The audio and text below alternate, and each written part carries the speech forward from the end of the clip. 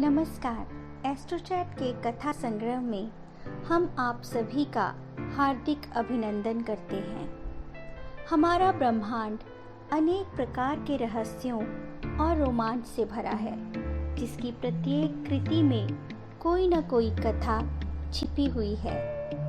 परमपिता परमेश्वर ने हर कृति को किसी कारणवश ही उत्पन्न किया है।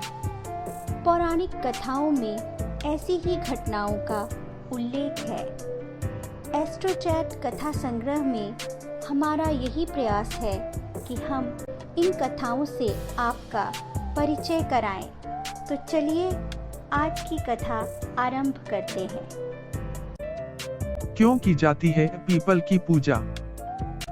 जब किसी इंसान पर शनिदेव की महादशा चल रही होती है तो उसे पीपल की पूजा का उपाय जरूर बताया जाता है।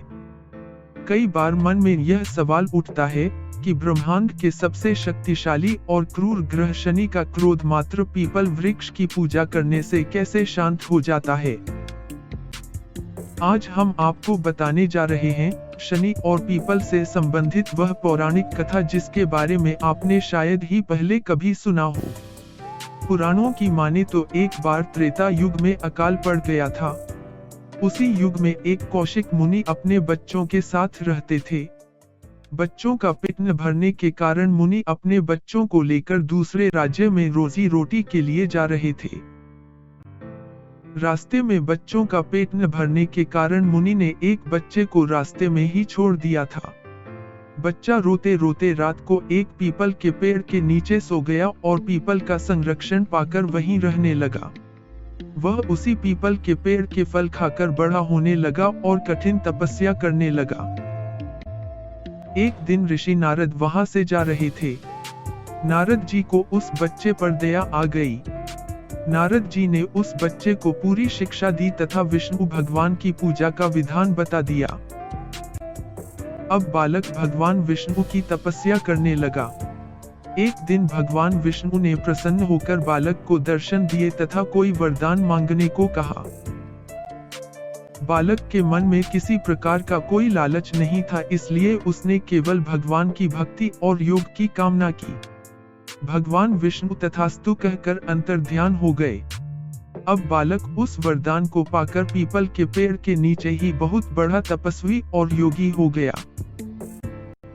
एक दिन बालक ने नारद जी से पूछा कि हे प्रभु, हमारे परिवार की यह हालत क्यों हुई है? मेरे पिता ने मुझे भूख के कारण छोड़ दिया था।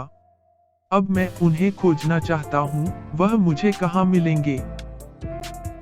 नारद जी ने उत्तर दिया, बेटा, यह सब शनि महाराज का किया धरा है। देखो, आकाश में शनिदेव दिखाई दे रहे हैं।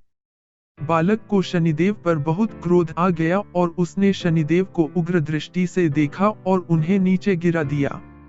उसके कारण शनिदेव का पौंग टूट गया और वह असहाय हो गए। शनि का यह हाल देखकर नारद जी बहुत प्रसन्न हुए। नारद जी ने सभी देवताओं को शनि का यह हाल दिखाया। शनि का यह हाल देखकर ब्रह्मा जी भी वहां आ गए और बालक से कहा कि वत्स, मैं ब्रह्मा हूँ। तुमने बहुत कठिन तपस्या की है। शनिदेव की कुदृष्टि की वजह से तुम्हारे परिवार की यह दुर्दशा हुई है। परंतु तप के कारण तुमने शनि को जीत लिया है और पीपल के फल खाकर जीवन जिया है।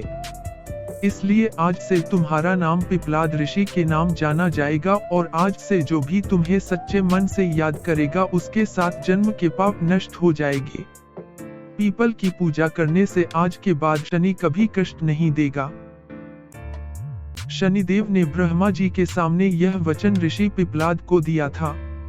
उस दिन से यह परंपरा है, जो ऋषि पिपलाद को याद करके शनिवार को पीपल के पेड़ की पूजा करता है, उसको शनि की साढ़े साती, शनि की घैया और शनि महादशा कष्टकारी नहीं होती। शनि की पूजा और व्रत 1 वर्ष तक लगातार करनी चाहिए। शनि को तिल और सरसों का तेल बहुत पसंद है, इसलिए तेल का दान भी शनिवार को करना चाहिए। पूजा करने से तो दुष्ट मनुष्य भी प्रसन्न हो जाता है। तो फिर शनि क्यों नहीं प्रसन्न होंगे? इसलिए शनि की पूजा का विधान तो स्वयं भगवान ब्रह्मा जी ने भी दिया है। आप भी शनिदेव को प्रसन्न करने के लिए यह विधान अपना सकते हैं।